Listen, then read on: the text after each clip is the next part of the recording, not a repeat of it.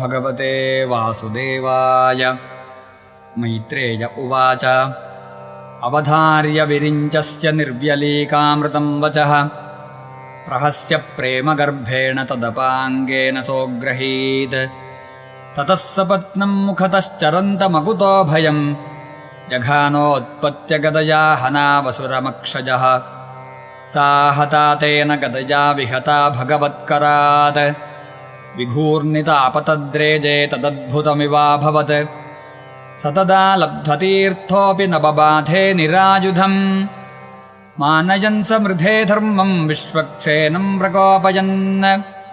गदायामपविद्धायां हाहाकारे विनिर्गते मानयामास तद्धर्मं सुनाभं चास्मरद्विभुः। तं व्यग्रचक्रन्दितिपुत्राधमेन स्वपार्षदमुख्येन विषज्यमानम्। चित्रावाचो तद्विदाङ्खेचराणां तत्रास्मासन् स्वस्तिते मुञ्जहीति। सतं निशाम्यात्तरथाङ्गमग्रतो व्यवस्थितं पद्मपलाशलोचनम् विलोक्य चामर्षपरिप्लुतेन्द्रियो रुषा स्वदन्तच्छदमादशश्वसन्। करालदंष्ट्रश्चक्षुर्भ्यां सञ्चक्षाणोदहन्निव अभिप्लुत्य स्वगदया हतोऽसीत्याहनद्धरिम्। पदासौव्येन तां साधो भगवान् यज्ञसूकरः लीलयामिषतः शत्रोः प्राहरद्वातरं हसम्। आह चायुधमाधत्स्व घटस्वत्वं जिगीषसि इत्युक्तः स तदा भूयस्ताडयन् व्यनदद्भृशम्। तां स आपततीं वीक्ष्य भगवान् समवस्थितः जग्राहलीलया प्राप्ताङ्गरुत्मानिव पन्नगीम्। स्वपौरुषे प्रतिहते हतमानो महासुरः नैच्छद्गदान् दीयमानां हरिणा विगतप्रभः। जग्राह त्रिशिखं शूलं ज्वलज्वलनलोलुपम् यज्ञाय धृतरूपाय विप्राजाभिचरन् यथा। तदोजसा दैत्यमहाभटार्पितं चकासदन्तः ख उदीर्णदीधिति। चक्रेण चिच्छेदनिशातनेमिना हरिर्यथा तार्क्ष्यपतत्रमुज्झितम्। वृक्ने स्वशूले बहुधारिणा हरेः प्रत्येत्य विस्तीर्णमुरो विभूतिमत्। प्रवृद्धरोषः स कठोरमुष्टिना नदन् प्रहृत्यान्तरधीयतासुरः। तेनेत्थमाहतः क्षत्तर्भगवानादिसूकरः नाकम्पतमनाक् क्वापि स्रजाहत इव द्विपः। अथोरुधा सृजन्मायां योगमायेश्वरे हरौ यां विलोक्य प्रजास्त्रस्तामे निरेस्योपसंयमम्। प्रवपुर्वायवश्चण्डास्तमः पांसवमैरयन् दिग्भ्यो निपेतुर्ग्रावाणः क्षेपणैः प्रहिता इव। द्यौर्नष्टभगणाभ्यौघैः स विद्युत्स्तनयित्नुभिः वर्षद्भिः पूयकेशासृङ्विण्मोत्रास्थीनि चासकृत्।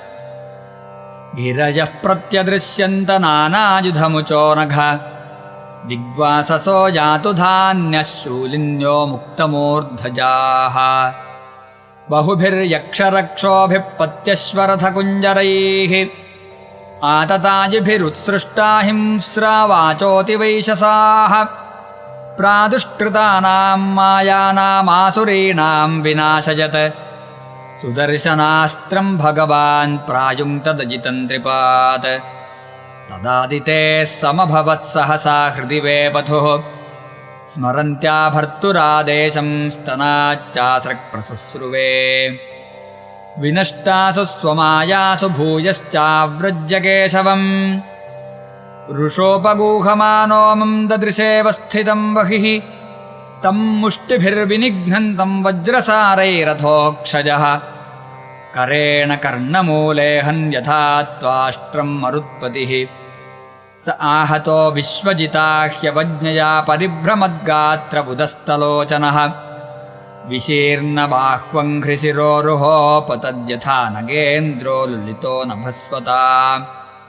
क्षितौ शयानं तमकुण्ठवर्चसं करालदंष्ट्रं परिदष्टदच्छदम् अजादयो वीक्ष्य शशंसुरागता अहो इमां को नु लभेत संस्थितिम् यय्योगिनो योगसमाधिनारहो ध्यायन्ति लिङ्गादसतो मुमुक्षया तस्यैष दैत्यऋषभपदाहतो मुखं प्रपश्यंस्तनुमुत्ससर्जः एतौ तौ पार्षदावस्य शापाद्यातावसद्गतिम् पुनः कतिपयैस्थानं प्रपत्स्येते ह जन्मभिः देवा ऊचुः नमो नमस्तेऽखिलयज्ञतन्तवे स्थितौ गृहीतामलसत्त्वमूर्तये दिष्ट्या हतोऽयं जगतामरुन्तुदस्त्वत्पादभक्त्या वयमीश निर्वृताः मैत्रेय उवाच एवं हिरण्याक्षमसह्य विक्रमं ससादयित्वा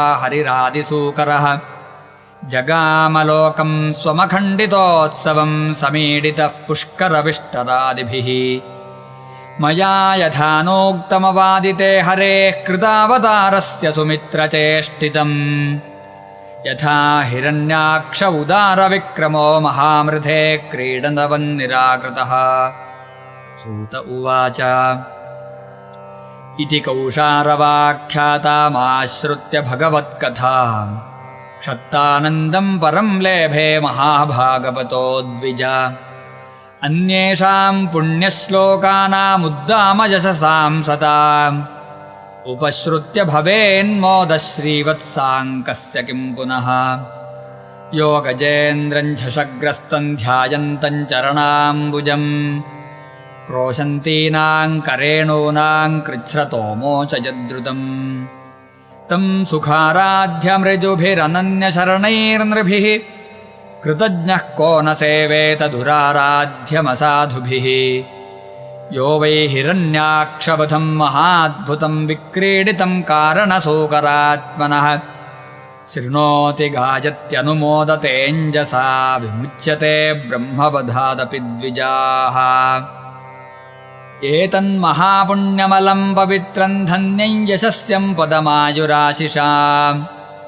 प्राणेन्द्रियाणां युधि शौर्यवर्धनं नारायणोऽन्ते गतिरङ्गशृण्वताम् इति श्रीमद्भागवते महापुराणे पारमहंस्यां संहितायां तृतीयस्कन्धे हिरण्याक्षवधो नामैकोनविंशोऽध्यायः सर्वत्र गोविन्दनामसङ्कीर्तनं गोविन्द गोविन्द।